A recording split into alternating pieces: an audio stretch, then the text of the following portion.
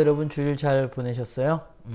어제 눈이 많이 와가지고 오늘 또 날씨가 많이 추워져서 많이 미끄럽습니다. 여러분들 조심하시기 바라고, 또 이번 한 주 동안 우리 말씀 열심히 읽도록 합시다.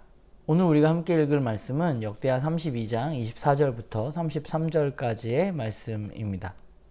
오늘 본문까지 히스기야에 대해서 이야기하고 있는데, 오늘 본문에 나타난 히스기야의 모습에 대해서 우리가 좀 함께 살펴보면서 그 히스기야는 어떠했는지, 우리가 그동안 히스기야의 굉장히 좋은 면에 대해서 성경이 이야기했었는데 오늘 본문에 나타난 히스기야는 어떤 모습인지, 또 그런 히스기야의 모습 속에서 하나님은 그에 대해서 어떻게 반응하시는지에 대해서 우리가 함께 좀 살펴보고 묵상해 보면 좋을 것 같습니다. 두 번째는 우리가 이 히스기야의 삶의 좀 전체를 살펴보면서, 우리는 오늘 히스기야의 삶을 읽고 있잖아요. 또 그에 대해서 이야기하고 있는 역대기의 말씀을 읽고 있는데, 그 히스기야의 삶을 통해서 오늘 그리스도인으로서의 나의 삶은 어떤 것을 생각하게 되는지 우리가 함께 좀 우리의 삶을 묵상해 보았으면 좋겠습니다. 오늘 말씀을 보면서 인간은 어떤 존재인가라는 생각을 좀 했던 것 같아요. 성경을 살펴보다 보면 인간이라는 존재는 그야말로 스스로 높아지기를 갈망하고 원하는 존재가 바로 인간이 아닌가라는 생각을 하게 됩니다. 아무리 훌륭한 사람이라 할지라도 이 문제에 대해서는 자유로울 수 없다는 생각을 하게 됩니다. 우리가 그동안 히스기야에 대한 이야기를 살펴봤는데, 히스기야는 어떤 왕이었나요? 그야말로 하나님을 바라고 하나님을 예배하고 하나님을 찾고 하나님을 의지했던 사람이었습니다. 여러 가지 개혁들을 펼쳤던 왕이죠. 그런데 오늘 본문의 히스기야는 우리들에게 조금 다른 모습을 보여주고 있다는 생각을 하게 됩니다.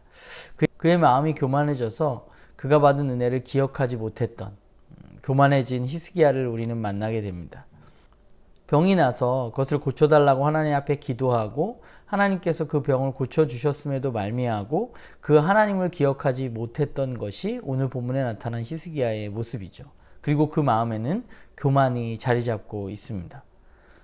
더불어 그것뿐만이 아니라 히스기야는 오늘 본문의 바벨론 사절단에게 그의 모든 것들을 보여주는데, 사실 역대기 기자는 그 부분에 대해서 아주 짧게 기록하고 있는데, 열왕기서를 살펴보면 이 사건에 대해서 이렇게 얘기해요. 바벨론에서 사신들이 왔는데 히스기야가 궁궐과 나라 안에 있는 모든 것을 하나도 빠짐없이 그들에게 보여주는 그런 이야기가 기록되어져 있습니다.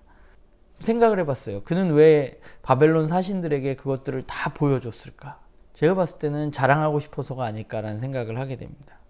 나는 이 정도의 힘과 부를 가지고 있어 라고 그들에게 자랑하고 싶어서 자신들의 궁에 있는 금은보화라든가 군사력이라든가 이런 모든 것들을 그들에게 보여주게 되고, 그리고 하나님 이것에 대해서 바벨론에게 유다가 멸망할 것이란 이야기를 하게 되는 이야기가 역대기에는 기록되어져 있습니다. 히스기야도 결국 사람인 것이죠. 자기를 자랑하고 싶고 내가 해서 된 것 같은 그런 마음을 가진 사람입니다. 그것이 바로 우리 모두가 가지고 있는 연약함이 아닌가라는 생각을 하게 됩니다. 자랑할 게 없음에도 불구하고 조금만 일이 잘 풀리거나 내 삶이 조금 윤택해지거나 풍요로워지면 그것을 마치 내가 한 것처럼 여기고 자랑하는 것, 그리고 우리의 일이 잘못되면 하나님 도대체 우리에게 왜 이러시는 거냐고 이야기하는 것이 인간이 아닌가라는 생각을 하게 됩니다. 모든 사람이 비슷한 것 같아요. 우리가 뭐 조금만 있으면 그걸 자랑하고 싶은 마음이 들잖아요. 그러니까 히스기야라는 인물이 훌륭하지 않은 것이 아니라 그는 매우 훌륭한 인물이었지만, 그리고 하나님을 찾고 전쟁에서도 승리하고 종교개혁도 펼치고 그는 매우 하나님 보시기에 선한 왕이었지만, 정직한 왕이었지만 그도 역시 인간이었고, 그의 삶 이곳저곳에서 그는 교만한 모습을 보여주고 있는 것이죠. 그가 부귀영화를 누렸던 이유는 뭔가요? 하나님을 찾았기 때문입니다. 그가 아픈 병에서 나을 수 있었던 이유는 무엇인가요? 하나님을 찾았기 때문입니다. 하나님 치유해 주셨기 때문에. 사실 역대기가 말하는 하나님은 굉장히 즉각적으로 반응하시는 분이에요. 기도하면 하나님께서 고쳐주시고, 또 하나님을 찾으면 전쟁에서 승리할 수 있도록 도와주시는 분이 바로 역대기의 하나님이시고, 교만하면 진노하시는 분이 바로 하나님이십니다.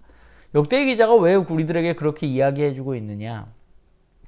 그것은 순간순간 주님을 기억하는 것이 우리들에게 중요하기 때문입니다.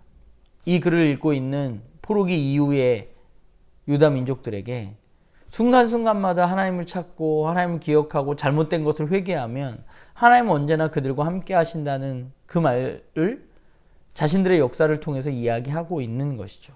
오늘 우리도 마찬가지입니다.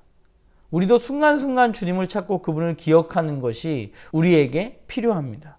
역대기를 읽다 보면 저에게 그렇게 얘기하는 것 같아요. 하나님이 나만 바라봐를 계속해서 이야기하고 있는 것 같습니다. 여전히 제 안에 주님만 바라본다고 뭐가 잘 되나? 라는 생각이 들기도 하지만 그럼에도 여전히 그분은 우리에게 또 저에게 나만 바라봐. 나만 바라보면 돼. 라고 이야기하고 계시는 것이죠. 어제 주일이었는데 저희는 영상 보고 나서 가족들끼리 모여서 이제 주일에 예배 요즘엔 드리고 있는데 예배를 드리면서 어제 주님 오시는 우리가 성탄절 준비하는 기간이잖아요. 그래서 예수님 탄생에 대한 이야기를 하다가 임마누엘에 대한 이야기를 저희 가족들하고 같이 나누었습니다. 임마누엘은 뭐예요? 하나님 우리와 함께 하시는 것이죠. 하나님 우리와 함께 하시기 위해서 이 땅에 오셨고 지금도 하나님 우리와 함께 하십니다.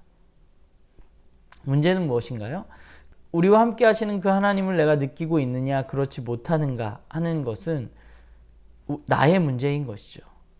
그분이 우리와 함께 하시는데 내가 그분과 함께함을 누리며 살아가는 것, 그분을 바라보고 그분과 함께하는 삶이 바로 우리들에게 있어서 놀라운 축복의 삶이 아닌가라는 생각을 하게 됩니다. 역대기의 말씀처럼 우리가 뭘 한다 그래서 우리들에게 즉각적으로 하나님이 이 시대에 반응하시진 않지만 그러나 하나님은 이미 우리에게 오셨고 우리들에게 그분과 함께 할 수 있는 길이 열린 것이죠. 그리고 그것이야말로 저는 이 땅에 우리가 살아가면서 누리게 되는 축복이라고 생각합니다. 우리가 살아가면서 하나님을 잠시 잊고 내가 뭔가 잘한 것 같고 내 스스로 교만해지는 마음이 우리가 들 때가 있지만 그러나 우리가 해야 할 것은 그 교만한 마음을 하나님 앞에 내려놓고 주님을 바라보고 임마누엘 하시는 그분이 우리와 함께 계시다는 사실을 기억하고 그분과 동행하는 삶을 사는 것이 저와 여러분에게 필요한 삶이 아닌가라는 생각을 하게 됩니다. 여러분 이번 한 주도 주님과 함께 하시고 우리들 마음 가운데 주님을 잊고 내가 주인인 것처럼 교만한 마음이 올라올 때마다 오늘 말씀을 기억하면서 그분 앞에 무릎 꿇는 그런 한 주가 되기를 간절히 소망합니다.